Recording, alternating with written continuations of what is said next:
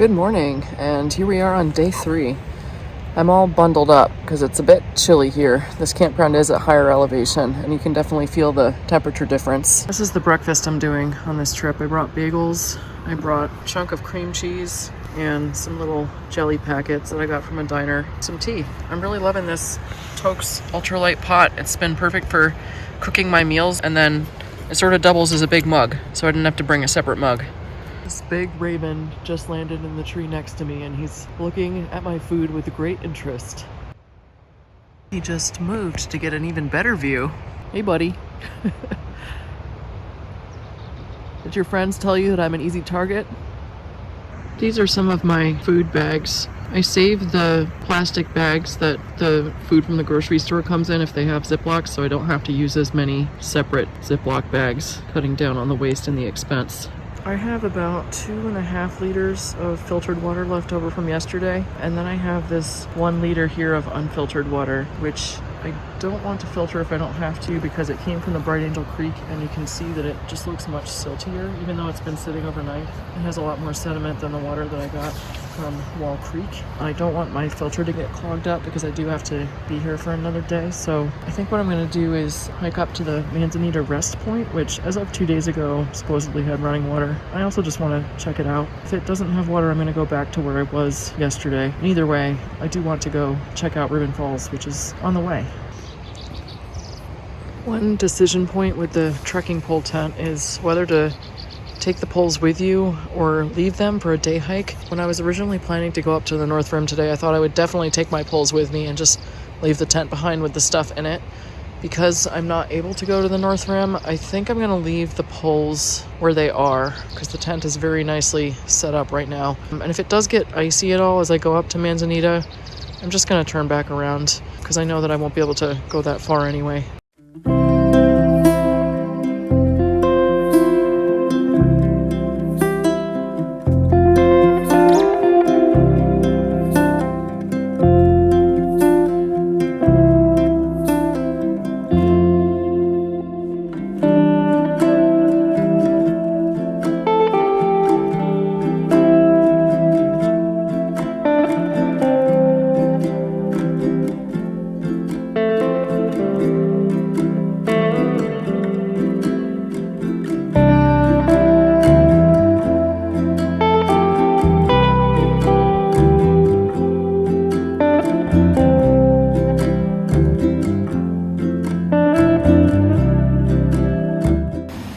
There are definitely signs of rockfall and trail damage, especially on these narrow sections. I'm going to stop filming for a little bit because I need to concentrate so I don't fall here.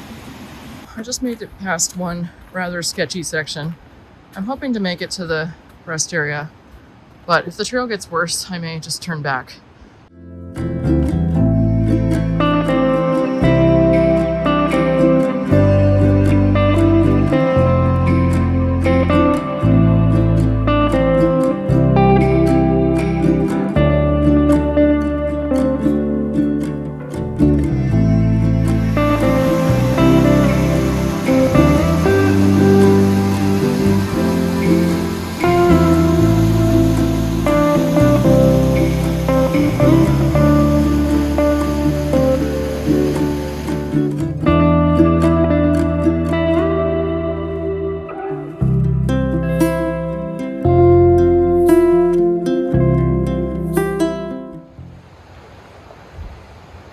Looks like I've made it to the rest area.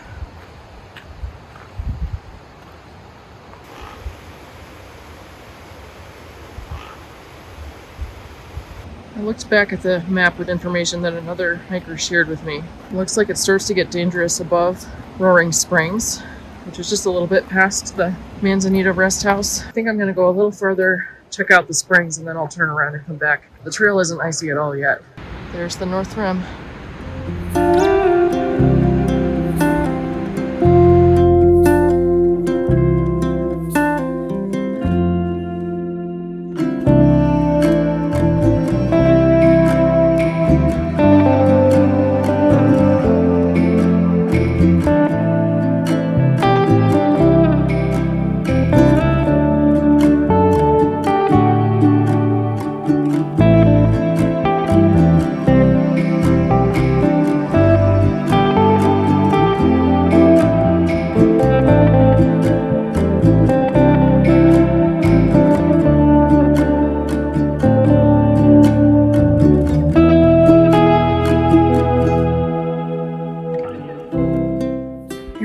junction. It's very tempting to go farther, but especially because I'm alone, I think it's best to be conservative, play it safe. I'm just gonna go check out the roaring springs here and then turn back.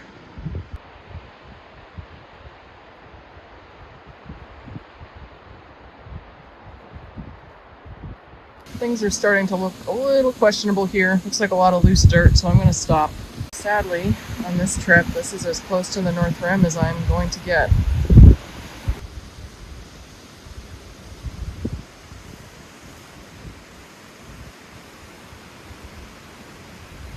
It's almost noon, so I think it's time for me to move on. I should head back down and then do my second little mini trip for today, which is to head to Ribbon Falls. I'm surprised by how sad I feel right now. I've been planning this trip for a long time. I've been trying to get the permits for more than a year. I know that there's other routes you can do besides the corridor, but because I knew that I was going to be doing this trip alone and the other routes are much rougher than the corridor and the water is uncertain, I felt safest doing it on the corridor trails, which are really hard to get permits for. So all last spring I didn't get a permit, all last fall I didn't. This spring it worked out, it lined up well with taking some vacation time at work. I got my training regimen in. I know that I'm lucky just to be here in the first place, to be able-bodied and to have the time and the money to even do this.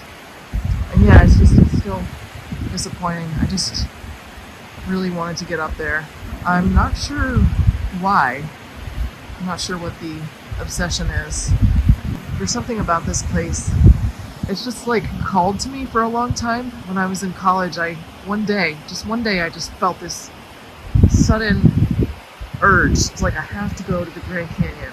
And I started researching it, and I started researching places to stay. And when I was in college, what money I did have, I spent on my music lessons. So I couldn't go at the time. So I was lucky enough to be able to go for the first time 2 years ago with my husband. It got a hold on me. After we left, I just couldn't stop thinking about it, and I dreamed about it. I dreamed that I was in the canyon and hiking in it and flying over it. I knew I had to go back.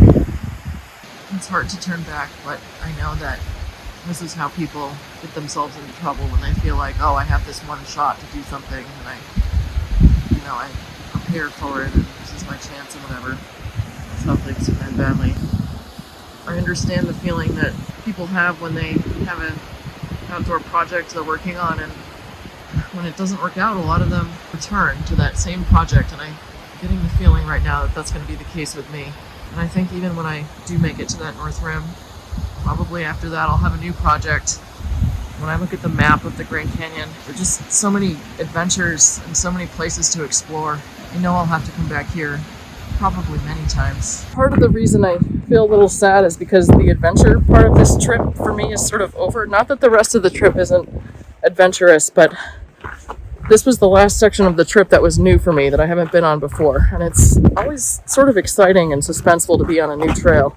The rest will be returning along the same path that I came on yesterday, along the North Kaibab Trail back down to Bright Angel, and then I'll be coming out the river and the Bright Angel Trail on the last day, which I have done before, and it'll be beautiful and amazing, but it won't be new. And because the canyon is so epic and there's so many parts of it and so many trails, there's just something really exciting about going to a new place that you've never been before. All parks should have this signage.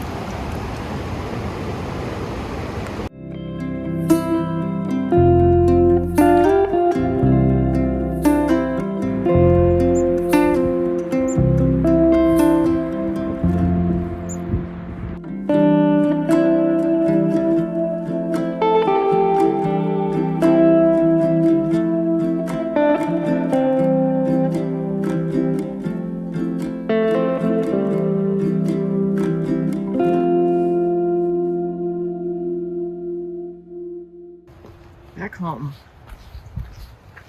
I'm happy with the campsite I chose. It has a bit more shade and privacy than some of the other sites.